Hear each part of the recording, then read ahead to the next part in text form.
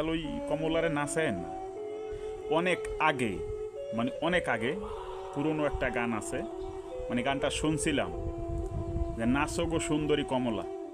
এই সুন্দরী কমলারে আর নাচেন না। তাহলে কি হবে? ধামরাইলে যেতে হবে।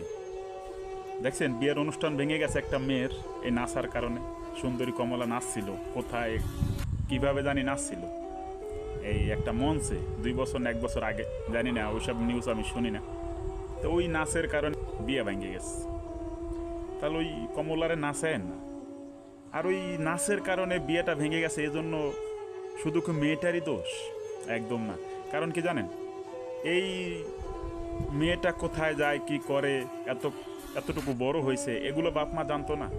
কোন জায়গায় কি নাচতে হবে, কিভাবে চলতে হবে, এগুলো তো বাপ মা জানতো, তাই না? এখানে আমি মনে করি তার বাপ মায়েরও দোষ আছে, শুধু মেয়েটার দোষ না। ধন্যবাদ সবাইকে।